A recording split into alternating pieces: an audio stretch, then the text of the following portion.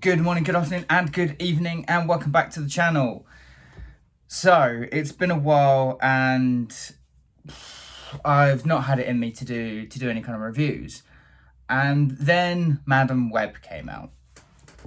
And I've been to see it today.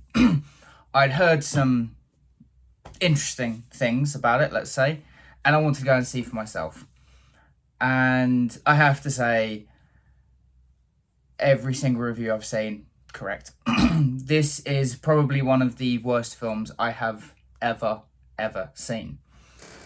Directed by, I think someone called, was it S.J. Clarkson?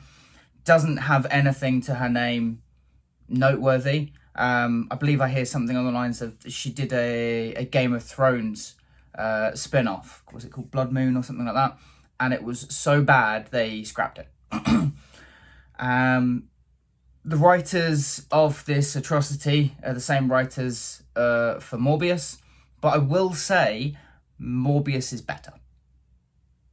Not saying much, but Morbius is better. This film was a travesty. It really was. And it's unfortunate because I'm a big Spider-Man fan. I love the Spider-Man universe. I'm obviously, well, one of my favourite characters is Carnage, but I love everything about Spider-Man. And Madam Web holds a very special place in my heart because of the 90s TV series, the Spider-Man TV series. I know Madam Web was played by Stan Lee's wife. And it was a way to try and get her into the series that they really wanted to do. So for me, Madam Web will always be the old blind woman that has to be in the chair that's like a sort of life support chair. And I know they've done recent comics with Madam Web being someone younger. But everything about this film felt forced. Now, there were rumours going into this film that Uncle Ben was in it. And yeah, that's true. Uncle Ben is in it. And I cannot remember the actor's name. I see him in like so many things. But it kind of shows how forced this film is just by one interaction. She calls him Ben, I think Ben a couple of times, the same as Parker as well. I mean, and then a child comes up to them in a hospital and she says to the child, "Give it to Mr. Ben Parker." And it's, you don't need to say his full name again. You really don't. You could say it as an offhand comment for people that it's like an Easter egg that people are paying attention would be able to go, oh, it's him. But it's very, it seems obvious to me because this is a Sony property. This isn't something that's tied to the MCU. As a Sony property, they don't have the rights to Spider-Man that they would want. So anything really Spider-Man related is Marvel. Yeah, so Sony and Disney have this agreement that if they do Spider-Man, it has to be a collaboration thing. But Sony still hold the rights to the Spider Universe. So this is where we get things like Kraven, and we get Venom, Morbius. So there's a lot of things within the Spider Universe that they've done because they can, but it's not tied to a Spider-Man. And there's a lot of times in this where they kind of want to say Spider-Man. They kind of even want to say May. Like Aunt May. They can't say Peter's name. It's things that you're just like, it is verging on the kind of the obvious, that it's kind of frustrating.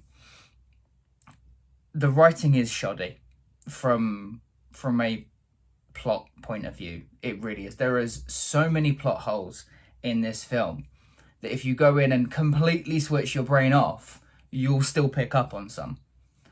And I'm gonna be honest, I was laughing part of the way through it. That's part of the way. I couldn't even laugh all the way through. I was laughing part of the way through it because it's written so poorly.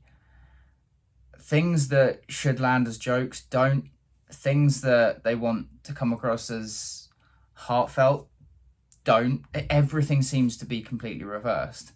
And there is so many like happenstances within the film that Dakota Johnson needs to go here. Oh, she's found everything that she needs. Okay, all right. Like, she starts her journey, as it were, born in the middle of a Peruvian jungle.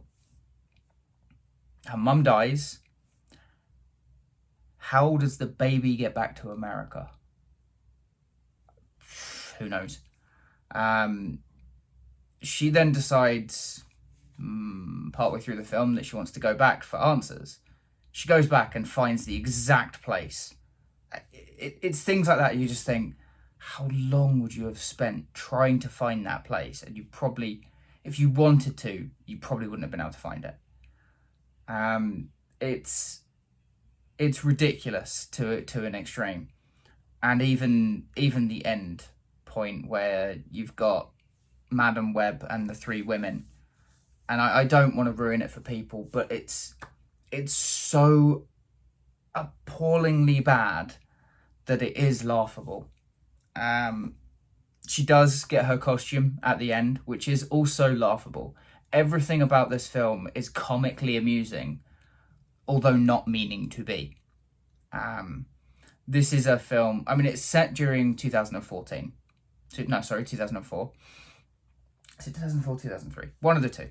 And to be honest, if it had come out then, it probably would have been verging on, it's all right. But it's come out in a day where we've had some incredible superhero films and TV series, that something like this feels so unbelievably average. That's an insult to average films. It feels so derogatory that it doesn't even hold a candle to some of the bad superhero films.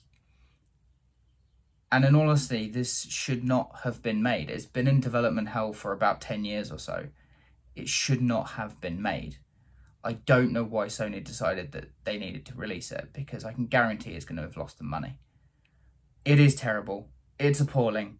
I cannot stress enough, for anyone who is a Spider-Man fan, for anyone who is a film fan, do not waste your money on this. It is shocking. Anyway, if you guys have unfortunately seen Madam Web, please let me know what you think about it down in the comments below. Don't forget to like, share and subscribe, because it really does help me out. And I'll see you all in the next video.